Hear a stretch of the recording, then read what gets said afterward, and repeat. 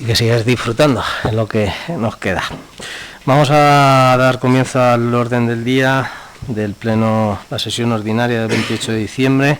La parte dispositiva, el punto número 1, que es aprobación si procede el borrador del acta de la sesión ordinaria celebrada el 30 del 11 de 2022.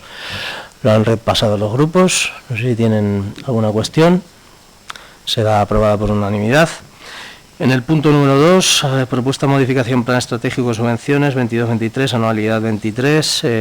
La palabra, señora Illana.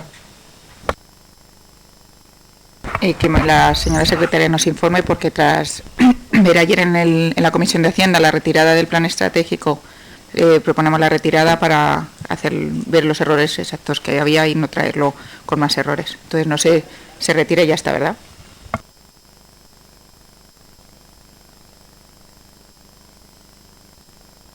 Se retira, por tanto, la propuesta de la modificación, un plan complejo y que por primera vez se está repasando por parte de todos los servicios. Además, hay todavía incluso subvenciones que están resolviéndose y es cierto que más vale hacerlo todo bien que precipitarnos en ese sentido. Pues pasamos a la parte de control y fiscalización, el punto número 3, que es dar cuenta de las resoluciones de presidencia dictadas desde la última sesión plenaria ordinaria. La señora secretaria tiene la palabra.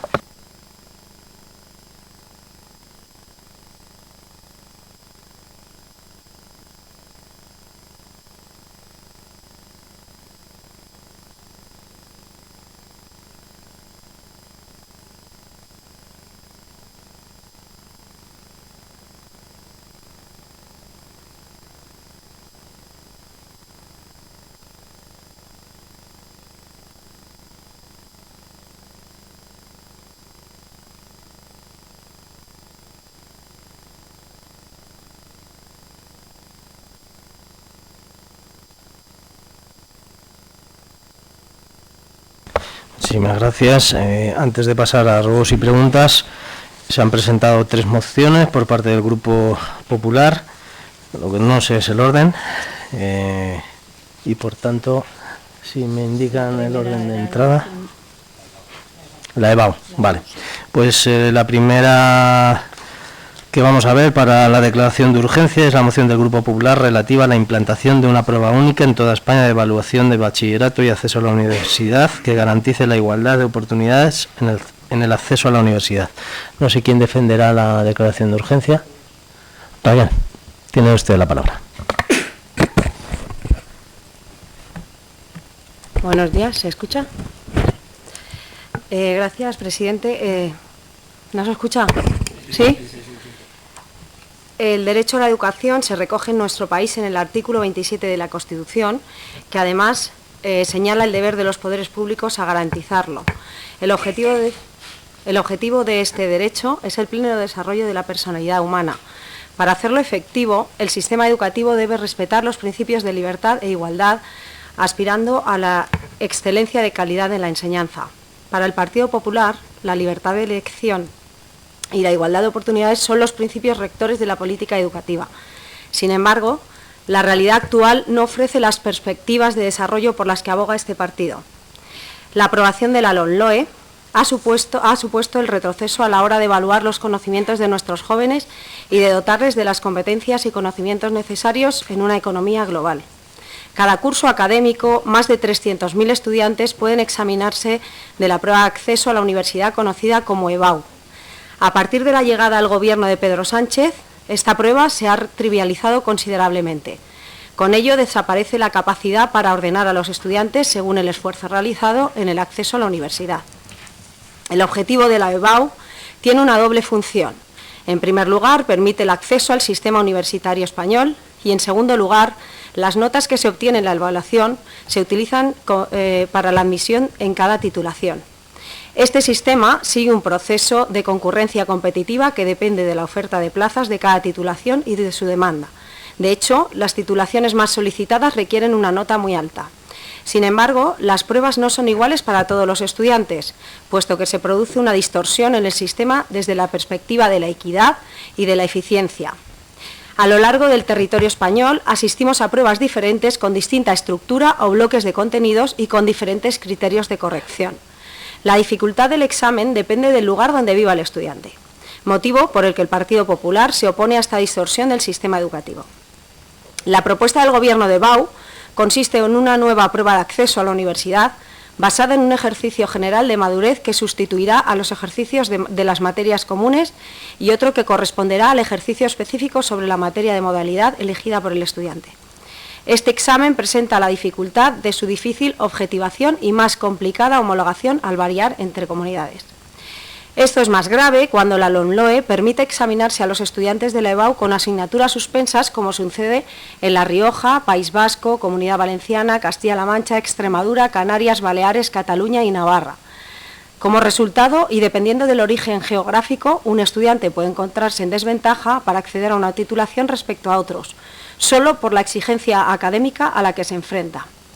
Además del rechazo del Partido Popular, la nueva EBAU ha suscitado la oposición de la comunidad educativa, por ejemplo, la Real Academia de la Lengua, l'Institut d'Estudis Catalans, la Red Española de Filosofía, historiadores y los coordinadores del examen de lengua castellana y literatura solicitan la retirada del borrador elaborado por el Ministerio de Educación porque se ha planteado sin diálogo alguno y porque supone una reducción inadmisible de los contenidos y la exigencia.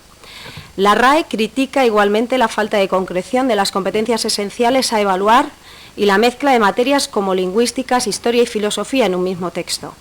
El Consejo Escolar del Estado y el Consejo de Estado también advirtieron que eran unos currículos complejos e indeterminados. En resumen, a la ruptura del principio de igualdad de oportunidades y la rebaja del nivel de calidad y exigencia del sistema educativo se une la disparidad de los resultados de la EBAU que, año tras año, en función de la comunidad autónoma donde se realicen las pruebas, origina la preocupación de miles de alumnos y sus familias. Por este motivo, existe una demanda creciente para que la EBAU sea igual en todo el territorio español, con el objetivo de que los alumnos tengan las mismas oportunidades, tanto en el acceso como en la admisión a la educación superior. Una prueba única tendría ventajas añadidas como la evaluación del sistema educativo en su conjunto. El Estado social y democrático de derecho no puede aceptar que la educación sea un factor de desigualdades territoriales en el conjunto de la nación y debe ejercer las competencias que el artículo 149.1.30 de la Constitución le atribuye en materia educativa. Con el fin de garantizar la equidad y la igualdad de oportunidades de todos los estudiantes, el Grupo Popular reitera su proposición al Pleno de la declaración de urgencia y la adopción de los siguientes acuerdos. Primero, implantar, en coordinación con las comunidades autónomas, una prueba única en todo el territorio español de evaluación del bachillerato y acceso a la universidad, con la finalidad de garantizar la igualdad de oportunidades y equidad de todos los alumnos con independencia del lugar en el que realicen la prueba. Segundo, aprobar los currículos comunes de bachillerato claros, concisos y de alta calidad científica, elaborados por una comisión independiente formada por miembros que designen las Reales Academias. Tercero, retirar la propuesta del Gobierno para la reforma de la EBAU que devalúa el bachillerato y la calidad del sistema educativo. Y cuarto, dar traslado de los acuerdos al presidente del Gobierno de España y al Ministerio de Educación y Formación Profesional. Muchas gracias, señora Oliver.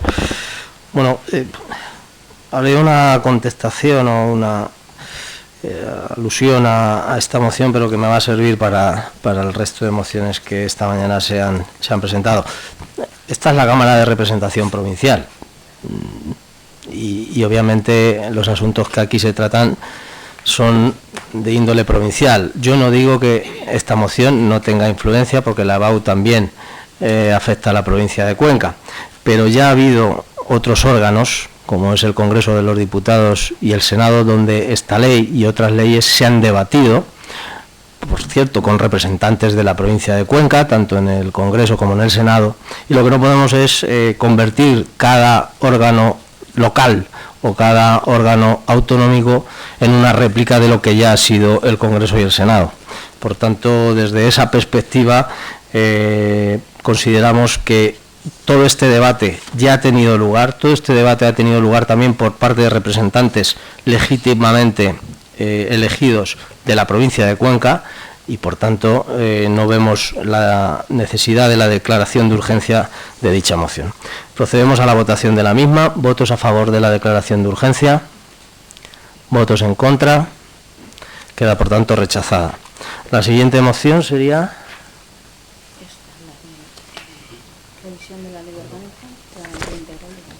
Bien, la siguiente moción es la del Grupo Popular para la revisión de la Ley Orgánica 10/2022 de Garantía Integral de la Libertad Sexual. ¿Quién la defenderá? Elena, tiene usted la palabra. Buenos días, muchas gracias, señor presidente. El 6 de septiembre pasado entró en vigor la Ley Orgánica 10/2022 de Garantía Integral de la Libertad Sexual. En esta ley se introduce una sustancial modificación en la calificación de los delitos contra la libertad sexual que pasan a ser todos considerados agresión sexual cuando con anterioridad se dividían en función de su gravedad en abusos sexuales o agresiones sexuales.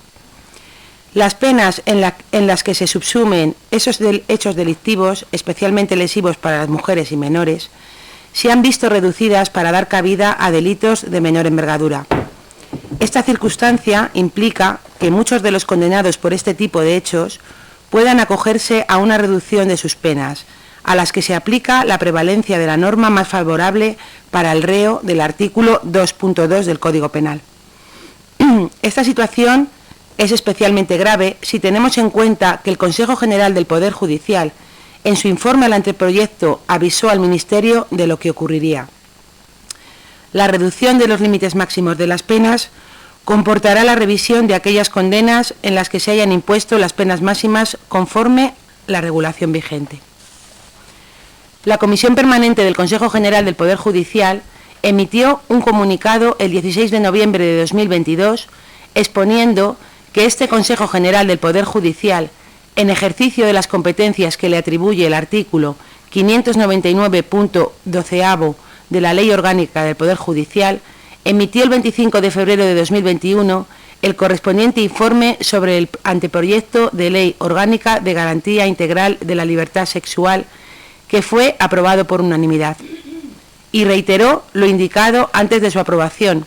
El informe que fue remitido al prelegislador constataba que el cuadro penológico contemplado en el anteproyecto para los delitos de agresiones sexuales tipificados en los capítulos 1 y 2 del título 8 del Código Penal suponía una reducción del límite máximo de algunas penas y concluía que la reducción de los límites máximos de las penas comportará la revisión de aquellas condenas en las que se hayan impuesto las penas máximas conforme a la legislación vigente. A pesar de que en el informe preceptivo se advirtió al Gobierno que se rebajaba la pena al delito de violación, el Gobierno ignoró la advertencia. Desde otros 4 organismos también alertaron de las consecuencias de la entrada en vigor de esta ley. El primero fue el Consejo Fiscal, que expresó que va a resultar extremadamente difícil la imposición de penas tan elevadas en su grado máximo. El segundo fue el Consejo de Estado, que solicitó mejoras en el texto. La redacción es susceptible de mejoras que hagan el precepto más comprensible y riguroso. El tercero fue el Consejo Económico y Social, donde alertaron que se observa cierta incongruencia entre los objetivos declarados de la ley y el contenido de algunos artículos. La cuarta advertencia llegó desde la Agencia de Protección de Datos. No existen garantías específicas que requiere el Reglamento General. Sin embargo, todas ellas no fueron tenidas en cuenta por el Gobierno. A ello se suma que el texto de la ley fue aprobado en el Consejo de Gobierno, donde se encontraban varios jueces como Margarita Robles o Fernando Grande Marlasca. La entrada en vigor de la citada ley ha supuesto la reducción de decenas de sentencias. Un centenar más está en la misma situación, tan solo en la Audiencia Provincial de Madrid. Podemos suponer que en las otras audiencias se esté solicitando la revisión de un número similar de condenas. A fecha 20 de diciembre habían sido al menos 106 los condenados que se habían visto beneficiados entre revisiones de condenas a la baja y sentencias posteriores a la norma, y 11 personas habían sido excarceladas. Al Tribunal Supremo le ha llegado el primer caso para que revise una sentencia tras la entrada en vigor de la Ley 10/2022. Se trata del conocido caso de los exjugadores de la Arandina. En aplicación de la nueva ley, la pena ha sido inferior a la que se hubiera producido con la norma anterior. El Tribunal Supremo considera que se podría rebajar la pena a los condenados por delitos sexuales con la nueva ley, pero debe analizar caso a caso. Las revisiones de sentencias a condenados por delitos sexuales, la rebaja en las penas de prisión e incluso órdenes de excarcelación está provocando una importante alarma social entre la población. Incluso la ministra portavoz del Gobierno de España, Isabel Rodríguez, en una entrevista admitió que la alarma social y la preocupación existente tras la entrada en vigor de la Ley de Garantía Integral de la Libertad Sexual. El Ministerio de Igualdad prefirió seguir elogiando la ley, que consideran magnífica. En palabras de la delegada del Gobierno para la Violencia de Género, Victoria Rosell, mientras que la ministra María Jesús Montero anunció el 15 de noviembre, contradiciendo a los responsables del Ministerio autor de la ley, que están dispuestos a revisar el texto para evitar que los condenados de carácter sexual vean reducidas sus penas. Un abogado en declaraciones recogidas por un medio de comunicación afirmó que el mejor defensor de mi cliente se llama Irene Montero y es ministra de Igualdad. Ha vaciado de contenido el delito de abuso sexual sin contemplar todas las derivadas que podría ocasionar. En este caso, mi defendido se ha beneficiado claramente al aplicarse la nueva normativa. El Partido Popular solicitó en el Pleno del Congreso de los Diputados que el Gobierno de la Nación procediese a la revisión y rectificación de la Ley de Garantías de la Libertad Sexual para evitar la reducción de penas que se están aplicando a violadores. Esta iniciativa fue rechazada por PSOE, Podemos y por otros partidos como RC, PNV y H. Bildu. Por otra parte, solicitamos al Gobierno de España del PSOE y Podemos que deje de insultar a los jueces que solo aplican esta ley, así como que se respete la independencia judicial y la separación de poderes. Por lo anteriormente expuesto, el Grupo Popular de la Diputación reitera su proposición al Pleno de esta Cámara de la declaración de urgencia y la adopción de los siguientes acuerdos. Primero, instar al Gobierno de España a la inmediata revisión por la vía de urgencia de la Ley Orgánica 10/2022 del 6 de septiembre y para que quienes cometan delitos sexuales puedan tener cuanto antes las mismas penas que estaban en vigor hasta septiembre de 2022 y que se han visto rebajadas con la actual regulación. Y segundo, dar traslado de este acuerdo a la Presidencia del Gobierno, a los Ministerios de Justicia e Igualdad y a la Mesa del Congreso y del Senado. Muchas gracias. Gracias, señora Cantarero. Pues no tengo nada más que añadir a lo dicho anteriormente. Ay, perdón. Me he ido por la población de apellido, discúlpeme, señora Clemente. Procedemos a la votación de la declaración de urgencia. Votos a favor de la misma, votos en contra. Queda pues rechazada. Y la última moción, que es del Grupo Popular, para solicitar al Gobierno de España la no revisión del delito de malversación en el Código Penal. No sé quién, señor Solana, tiene usted la palabra. Buenos días, muchas gracias, señor presidente. La Comisión de Justicia del Congreso aprobó el martes 13 de diciembre la reforma que limita el delito de sedición del Código Penal y lo convierte en uno de desórdenes públicos agravados. Aparte, aprobó también la rebaja a 4 años de la pena máxima del de malversación cuando no exista ánimo de lucro o enriquecimiento personal, tal y como pactaron el PSOE y Esquerra Republicana. Estas modificaciones fueron posteriormente aprobadas en el Congreso de los Diputados y el Senado y publicadas en el Boletín Oficial del Estado del viernes 23 de diciembre de 2022, el día después de la lotería y antes de Nochebuena, como Ley Orgánica 14/2022 de 22 de diciembre de transposición de directivas europeas y otras disposiciones para la adaptación de la legislación penal al ordenamiento de la Unión Europea y reforma de los delitos contra la integridad moral, desórdenes públicos y contrabando de armas de doble uso. Menudo contorsionismo. La exposición de motivos, desde luego, donde se habla de homogeneizar con Europa ciertos delitos, luego también habla de alejarse de Europa en otros, como es este de la malversación. Por entender por qué se hace, la formación catalana RC reivindica la iniciativa que reforma el delito de sedición y modifica el de malversación con el objetivo de, literalmente, avanzar en la desjudicialización de la vida social y política, además de limitar las potenciales arbitrariedades del Estado para perseguir y reprimir el movimiento independentista. Oriol Junqueras manifiesta su satisfacción con la reforma y, de forma literal, dice que será posible limitar la capacidad represora del Estado y al mismo tiempo avanzar en el camino de la construcción de una república catalana. Tanto Rufián como Junqueras son bastante explícitos en sus intenciones. ¿Le parece, señor presidente, que el Estado es represor y le parece que hay que allanar el camino a la construcción de una república catalana cuando la Constitución habla de la indivisibilidad del Estado español? El delito de malversación se encuentra relacionado con la corrupción y hasta ahora el Código Penal recogía que se trataba de una infracción de apropiación indebida del dinero público o de una administración desleal de los bienes que lo componen. Así, este delito solo aplica a aquellas personas que ocupan cargos públicos que usen dinero de la administración en su beneficio. La nueva modificación propuesta de este delito de malversación, tipificado con hasta 8 años de prisión, se rebaja hasta un máximo de 4 años de cárcel en caso de no haber ánimo de lucro o enriquecimiento personal. Independientemente de la cantidad de dinero que se desvíe, el máximo será de 4 años de cárcel y se vende el mensaje a la sociedad de que desviar fondos ofrece impunidad y de que los políticos pueden tener esa libertad de malversación dada la limitación de las nuevas penas. Dado que los procesados del proceso desviaron recursos públicos, 4 de ellos fueron condenados por malversación: Oriol Junqueras, Jordi Turull, Raúl Romeva y Dolors Bassá, con unas sentencias de entre 12 y 13 años de prisión e inhabilitación por los delitos de sedición y malversación, y ahora podrán beneficiarse de la alevosa reforma defendida y aprobada por Pedro Sánchez junto a sus socios parlamentarios. Si lo vuelven a intentar, no podrán ser ni detenidos ni juzgados.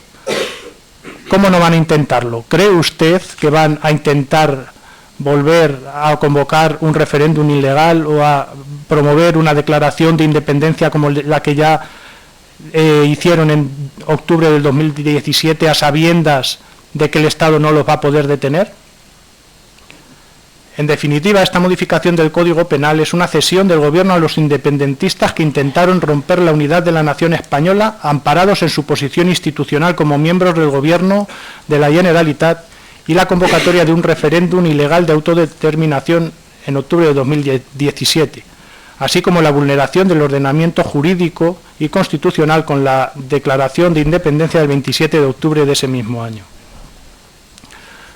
Por último, la tramitación de esta legislación ad hoc tiene unas consecuencias indeseables para la protección de los ataques al orden constitucional, para el cumplimiento de las penas derivadas de las resoluciones judiciales, así como la impunidad para los políticos que con sus actos atentaron contra la convivencia pacífica de los catalanes y de los españoles. Porque hay que recordar que la convivencia pacífica en Cataluña exige que precisamente aquellos que se sienten españoles y catalanes y no ansían la independencia puedan vivir en paz en su territorio. Y con esta modificación se manda a la sociedad un mensaje de privilegio de la clase política, de abarcamiento de la corrupción y de sumisión al independentismo. Y si no somos los órganos como esta Diputación Provincial los que hacemos llegar nuestra voz al Congreso, al Senado y al Gobierno de España, al final se diluirá esta reivindicación que es común entre todos y todos seremos cómplices del abaratamiento de la corrupción política en España y de las facilidades para la declaración de la independencia de Cataluña. Y es por eso por lo que nosotros reiteramos la proposición al Pleno de la declaración de urgencia y la adopción de los siguientes acuerdos. El primero es requerir la suspensión de la tramitación de la iniciativa parlamentaria para la modificación del delito de malversación en el Código Penal y la derogación de la Ley Orgánica 14/2022 de 22 de diciembre que se deriva de dicha iniciativa parlamentaria. Y en segundo lugar, por supuesto, dar traslado de este acuerdo al presidente del Gobierno de España y a los portavoces de los grupos políticos del Congreso de los Diputados y del Senado. Muchas gracias. Gracias, señor Solana. Y reiterándome en la declaración inicial, sí que me gustaría hacer, porque me ha hecho alguna pregunta, recordarle, ya se lo dije en el último pleno, la única referéndum ilegal que se ha cometido y la única declaración unilateral fue con un gobierno del Partido Popular. Eso recuérdenlo siempre.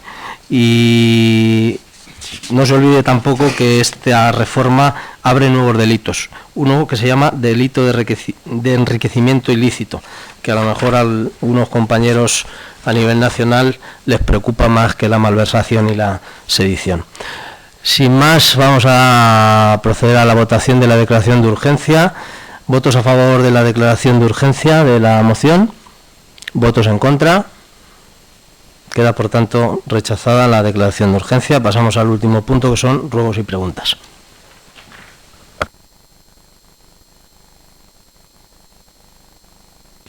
Sí, señor La Peña, tiene usted la palabra. Buenos días, gracias, señor presidente. Yo voy a ser rápido y conciso. Es un ruego y referente a la alusión que ha hecho en el debate de la urgencia de las tres mociones, alegando que no eran competencias de esta corporación. Yo simplemente quiero recordarle algunas declaraciones de compañeros de su bancada. El señor González Mena ha presentado mociones en nombre del PSOE solicitando la creación de la unidad ITI al Gobierno de España, anular el ATC sobre la Constitución del 78, la convivencia y la cohesión social en Cataluña. Educación, sanidad y justicia centran las mociones del PSOE al Pleno de la Diputación de Cuenca de este miércoles. Europa Press, 25 de mayo del 2012. Una rueda de prensa de Carmen Torralba, portavoz del PSOE en la Diputación. 22 de mayo del 2013, en 20 minutos, una moción del PSOE de Carmen Torralba en defensa de la universidad. Gobernando el PSOE en la Diputación, el 22 de marzo del 2011, el Partido Socialista presentaba una moción instando al Ministerio de Medio Ambiente a la ejecución de la autovía Cuenca-Teruel. Moción del 29 de mayo del 2013, vaya qué casualidad, mantenimiento del tren convencional en la provincia, de la señora Torralba. Yo creo que eran mociones que se presentaban para debatir su urgencia, cuya competencia tampoco era de esta corporación y se debatían con total normalidad y naturalidad. Pues yo lo único que le voy a pedir al señor presidente y a los órganos de gobierno de esta Diputación es que actúen con rigor, que no es otra cosa que precisión y certeza a lo de la actuación política. Le pido a usted también rigor, señor La Peña. No me ha entendido cuando he dicho que este órgano no ha tramitado, y por supuesto tramitará mociones que tengan que ver con otros órganos. Lo que he dicho es que no se puede convertir en la norma, que ustedes, si repasamos las mociones de este último año, lo han convertido en la norma. O sea, ustedes quieren que esta Cámara, que es de representación provincial, se erija en Cámara de representación nacional.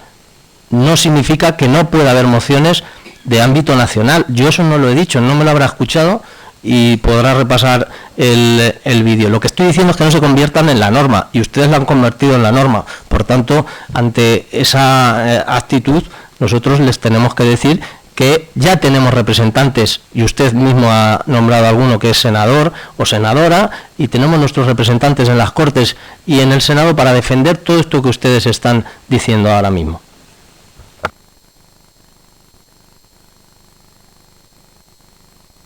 Sí, señor Solana, tiene usted la palabra.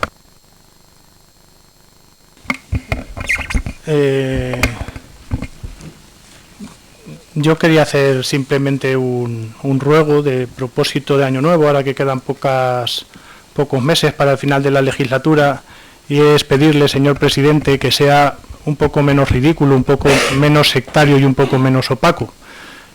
Me explico.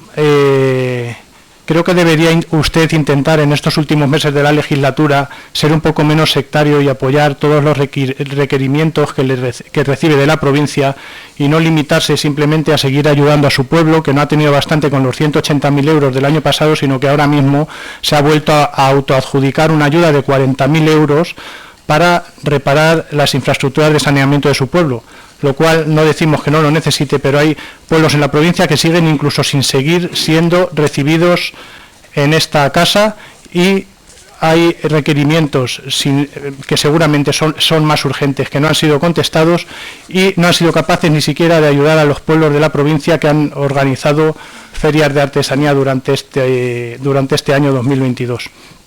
que sea menos ridículo, porque si usted quiere vender sus presupuestos, que es algo que nos parece lógico y que nos parece incluso ético, no debe ser usted embustero y enviar una carta diciendo que se incrementa la ayuda de puntos de información turística cuando tanto en 2021 como en 2022 como en la previsión del 2023 la cantidad presupuestada es la misma y por tanto esperamos que este incremento sea bienvenido. Es un engaño a todo aquel que recibe esta carta. Y por último, le pedimos que no sea tan opaco, que responda a todas las solicitudes que tiene pendientes de respuesta registradas por nuestro grupo y que conteste a las preguntas que le hacemos en los plenos. En el último pleno hasta en 15 ocasiones respondió que nos contestará por escrito. Nos han contestado por escrito hace media hora y con una hoja que es mejor no transmitir las respuestas que hay, salvo un par de honrosas excepciones, porque eso no es transparencia, eso es evitar las respuestas a la información que desde la oposición se le requiere. Ese era mi único ruego de hoy y les deseo a todos una feliz Navidad, una feliz salida y entrada de año 2023. Muchas gracias. Pues, ¿hay más preguntas o ruegos? Bueno, agradecerle los adjetivos al señor Solana, esos que son en otras ocasiones la bancada popular hubiera puesto el grito en el cielo si algún compañero hubiera llamado ridículo al señor Solana, pero que en cualquier caso está en su libre derecho y yo no me molesta, de verdad. Sí les deseo a todos que tengáis una feliz salida de año, una mejor entrada y sobre todo que lo disfrutéis con vuestra familia, con vuestros amigos, y que el año que viene pues nos dé a todos buenas noticias. En lo político espero que algunos más que a otros. Perdón. Bueno, pues que paséis una feliz Nochevieja y una buena entrada de año. Se levanta la